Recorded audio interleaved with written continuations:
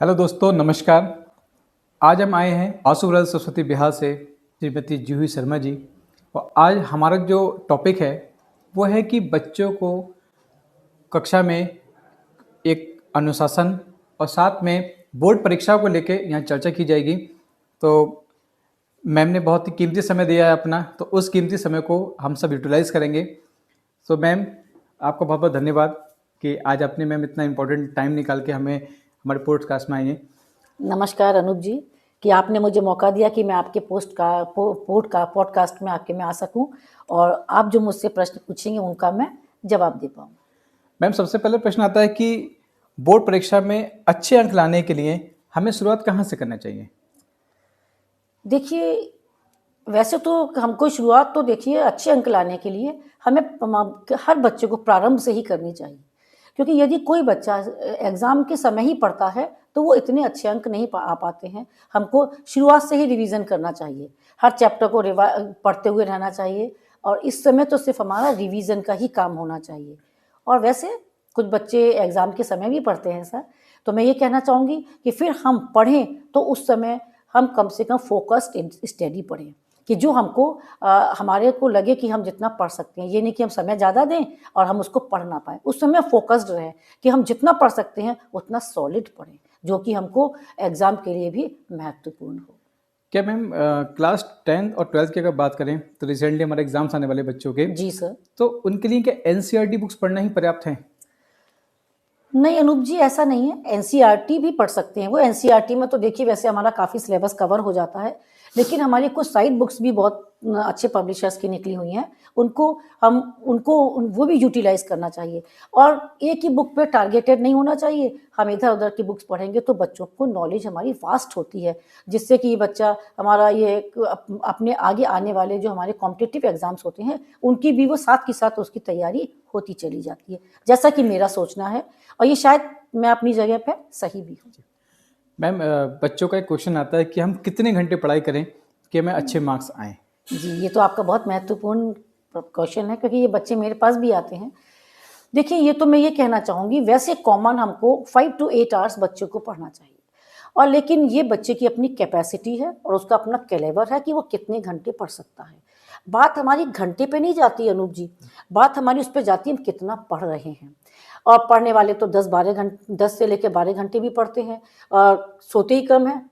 इतना उनको एक फ़ोबिया टाइप का एग्ज़ाम का हो जाता है। ये अपने बच्चे की क्षमता है, हम इसको एक बाउंड नहीं कर सकते। बस फिर मैं ये कहूँगी कि बच्चा पढ़े तो सॉलिड पढ़े और ठोस हर सब्जेक्ट में इतनी स्ट्रॉन्ग पढ़ाई कर ले कि वो जितना पढ़ रहा है उतने में उसको सॉलिड मार्क्स आए।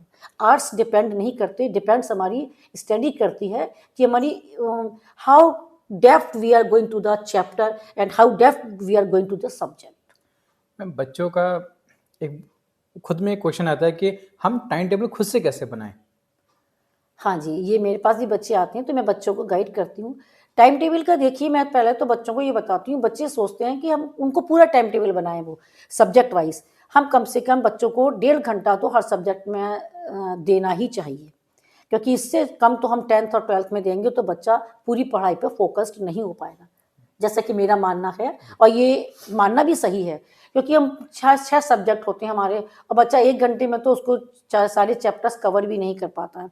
और उसके साथ-साथ वो पहले तो सारे सब्जेक्ट को उसमें अपने टाइम टेबल में कवर करे, उसके साथ-साथ ब्रेक दे के कवर करे। हम यदि कोई बच्चा कहता है हम कंटिन्यूटी में physics, chemistry, biology, math, science सब पढ़ते जाएँगे, नो।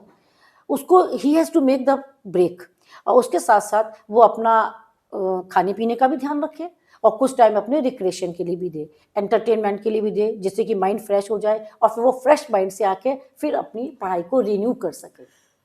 मैम, बच्चों को आज के टाइम में ये जो मोबाइल है, जो गैजेट्स है, इसका बहुत ज़्यादा उपयोग करते हैं। तो इसको बचने के लिए इसको कैसे उसको यूज़ कर सकते हैं और कैसे बहुत ज़्यादा लोगों को फ़ोबिया बन गया है कि मेरे को फ़ोन जी। चलाना ही चलाना है, तो इसके लिए मैम थोड़ा बताइए जिससे बच्चा अलर्ट हो। जी। ये तो देखिए मैं कहना चाहूँगी, हर एक चीज़ के एडवांटेज और डिसएडवांटेज दोनों ही हमारी लाइफ में होते हैं। फ़ोन हमारे लिए फ़ायदेमंद भी है। बहुत सी चीज़ें आप देखिए हमको नॉलेज नहीं होती है, बच्चा एकदम लाइब्रेरी नहीं जा सकता तो गूगल में जाके सर्च कर लेता है। लेकिन हमको मैं ये कहना चाहूँगी बच्चों से कि बच्चों यही नहीं कि हम सिर्फ़ गूगल से ही पढ़ सकें। आप अपनी एनसीईआरटी की बुक रखिए और 2 पब्लिशर्स की बुक रखिए, अपने सेल्फ नोट्स बनाइए और उससे क्या होगा, बच्चा खुद पढ़ेगा और एक बार लिखेगा तो उसके दिमाग में आधा तो सिलेबस वैसे ही सेट हो जाता है अनूप जी। जैसा कि ये बहुत से बच्चों ने मेरी इस बात को फॉलो भी किया है और उन्हें अच्छा भी लगा है। और जैसे मैं तो बच्चों को एक बात ये भी कहती हूँ कि आप संडे आ रहा है, आप अपना एक पेपर, किसी भी प्रैक्टिस पेपर से पेपर ले लीजिए या अपने टीचर्स की हेल्प से ले लीजिए और उसको 3 घंटे आप अपने रूम में बंद हो जाइए और ये सोचिए कि आप अपने बोर्ड के सेंटर में बैठे हैं और बोर्ड का एग्जामिनेशन हॉल है और उसको वैसे ही आप सॉल्व करिए जैसा कि हम बोर्ड में करते हैं। तो बच्चे को क्या होता है, पहले से प्रिपरेशन हो जाती है कि हमको किस तरह से क्वेश्चन पेपर करना है और एक साथ में टाइम मैनेजमेंट भी करें। तो यदि बच्चा ये करेगा तो मोबाइल की इतनी आदत छूटती जाती है और बहुत से बच्चे अब मेरी नॉलेज में आ भी रहे हैं कि वो मोबाइल का ज़्यादा यूज़ नहीं कर रहे हैं। टीचर्स अपने नोट्स भी दे रहे हैं बच्चों को और हमारे यहाँ तो टीचर्स अपने सेल्फ नोट्स ही देता है और हमारे यहाँ मेरे विद्यालय में बच्चों को ज़्यादा मोबाइल की एजुकेशन प्रमोट नहीं करी जाती है कि बच्चा उससे अपनी टीचिंग करे और किसी सब्जेक्ट के लिए टीचर खुद नोट्स देता है, खुद बनाता है, टीचर मेहनत कर रहा है, साथ में बच्चे भी मेहनत कर रहे हैं, इससे बच्चों का दुगना फ़ायदा होता है। बहुत अच्छी बात आपने कही कि मोबाइल का यूज़ उतना करना चाहिए जितना हमारे लिए यूजेबल है। जी मैम, क्या सैम्पल पेपर हमारे लिए इम्पोर्टेंट हैं?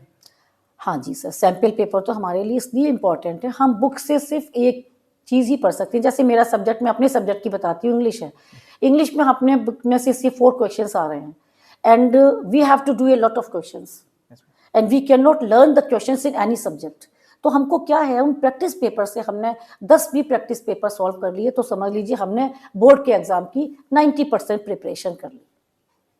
और ऐसा होता भी है कि बच्चे उसमें से कोई ना कोई क्वेश्चन तो देखिए, जब हम लोग भी पढ़ा करते थे तो अनसॉल्व आया करते थे, हम उन्हीं से ही क्वेश्चंस को इधर उधर रोटेट होते हैं और हम उसकी तैयारी करते थे। वही चीज़ हमारे अनसॉल्व ना होकर के हमारे सैम्पल पेपर्स हैं, उससे बच्चों को सुविधा रहती है और बच्चे की नॉलेज डीप हो जाती है, एक चीज़ पे वो टारगेटेड नहीं रहता है।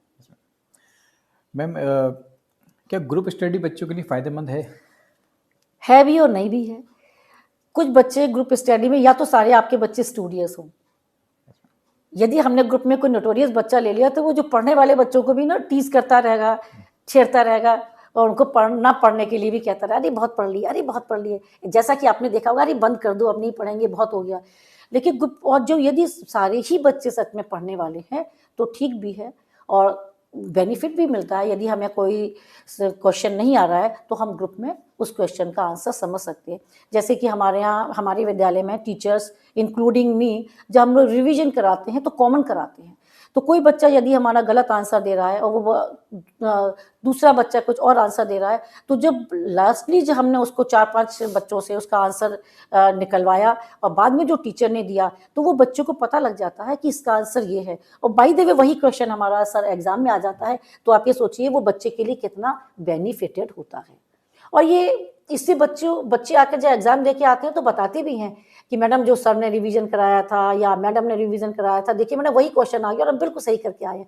वो बच्चों का उस समय जो एक्साइटमेंट देखा जाता है ना, तो उससे लगता है कि हमको रिवीजन या ग्रुप स्टडी जो आप कह रहे हैं वो हमको करना चाहिए। मैम, एक लास्ट क्वेश्चन जो बहुत ही इंपॉर्टेंट है बच्चों के लिए। बच्चों को एग्ज़ाम से एक दिन पहले बहुत डर और तनाव होता है, तो जी उससे बच्चे कैसे बचे मैम? जी सर, ये तो बहुत ही क्वेश्चन आपका अच्छा भी है और बहुत इम्पोर्टेंट भी है और सच में हर बच्चा तनाव से आजकल ग्रसित होता है। लेकिन एक बार मैं आपसे सर ये भी कहना चाहूँगी, आजकल हमारे बच्चे ना, जो हम और आप अपने टाइम पे टेंशन लेते थे, आजकल बच्चा हमारा इतना टेंशन लेता नहीं है। बच्चा बड़ा कूल माइंड रहता है और उसके लिए मैं ये कहना चाहूँगी, बेटा शुरू से रिवीजन करते हुए चलिए, जिससे कि आपको टेंशन लेना ही ना पड़े और टेंशन बिल्कुल मत लीजिए। जितना आपने पढ़ा है वो आपका सॉलिड होना चाहिए और उसी में से आप इतना स्ट्रॉन्ग कर लीजिए अपने आप को कि आप अपनी पढ़ाई से जो चैप्टर आपने रिवाइज किए हैं उससे बेस्ट आंसर्स आप उसको दे पाएँ। और देखिए कभी-कभी ऐसा होता है, हम सबसे पहले क्वेश्चन को पढ़ें, क्योंकि क्वेश्चन हमारी सब पढ़ा हुआ होता है लेकिन हम उसकी जो वर्डिंग्स होते हैं, हमने हो सकता है किन्हीं और शब्दों में पढ़ा होता है, अब एग्ज़ाम में किसी और शब्दों में आ जाता है, हम कन्फ्यूज़ हो जाते हैं। तो इस तरह से पढ़ाई करिए और कूल रहिए, जो आपकी मेहनत तो रंग लानी ही है, टेंशन क्यों लेते हैं? स्ट्रेस फ्री होके काम करेंगे तो बेटा आप जो पढ़ के जा रहे हैं वो अच्छा लिख के आएँगे और स्ट्रेस लेंगे तो जो पढ़ के जा रहे हैं वो भूल जाएँगे। तो be cool, Be comfortable, have confidence on you that you will do well and you will get success in your exam. Thank you so much ma'am, आपने बहुत अच्छे से बहुत अच्छा मैसेज बच्चों को पहुंचा भी है। और कहने के हम भी अपने, जैसा आपने अभी समझाया, अपने बचपन में पहुंच गए थे कि हमने कैसे प्रैक्टिस की थी, और आपने उसी वर्ड्स में अच्छे से बच्चों को एक मैसेज पहुंचाया है। सो आई थिंक आप सबको ये वीडियो बहुत पसंद आएगी, और इस वीडियो को अपने दोस्तों में ज़रूर शेयर कीजिएगा, क्योंकि ये आपके लिए एक रियल आपका मोटिवेशन आपके लिए बनाई गई है। So thank you so much ma'am, आपने और बहुत कीमती एक टाइम दिया। आपके थैंक यू से पहले मैं एक बच्चों को अपनी तरफ से संदेश भी देना चाहती हूँ। मैं ये कहना चाहती हूँ कि बहुत से बच्चे आजकल मार्क्स पे जाते हैं। मैं उसके उन बच्चों के लिए, बच्चों मार्क्स पे मत जाइए, क्योंकि जो हमारे जो एग्ज़ाम्स हैं, ये सिर्फ हमारी एजुकेशन का एक पार्ट है। हमारी लाइफ इन पे डिपेंड नहीं करती। अभी आपको बहुत सी परीक्षाएं, बहुत से एग्ज़ाम्स आपको सिक्योर करने हैं, तो ये मत चाहिए आप ये चाहिए आप सॉलिड कितना पढ़ रहे हैं, परसेंटेज को आप बाउंड मत होइए, और बस अपनी सॉलिड पढ़ाई करिए, आंसर्स लिख के आइए, अच्छा करिए, कोई क्वेश्चन मत छोड़ के आइए। बहुत से बच्चे एग्जाम्स में क्वेश्चन छोड़ देते हैं अपनी स्पीड के कारण। तो मैं ये तो बच्चों से कहना चाहूँगी, मेरी इस बात को तो बच्चों आप बहुत एक इम्पॉर्टेंट मैसेज की तरह से समझिए। क्वेश्चन सारे करिए, कोई क्वेश्चन मत छोड़िए। कभी कभी ऐसा होता है हम क्वेश्चन छोड़ देते हैं, उन क्वेश्चन के कारण हमारे मार्क्स कम आ जाते हैं। और अपना स्टे फोकस्ड, अपनी हेल्थ का ध्यान रखिए। आपकी हेल्थ सही रहेगी तभी आप एग्जाम देने जा पाएंगे। कूल होकर पढ़ाई करिए और अपने टारगेट बनाइए।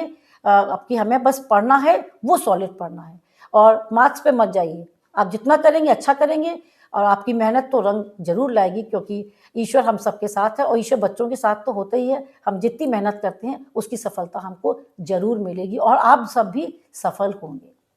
धन्यवाद अनूप जी, आज आपने मुझे मौका दिया कि मैं अपने प्यारे प्यारे बच्चों को कुछ संदेश दे पाऊँ। तो शायद मेरे संदेश से बच्चों को कुछ अच्छा भी लगेगा और कुछ वो आगे कर भी पाएंगे। Thank you so much ma'am. धन्यवाद सर।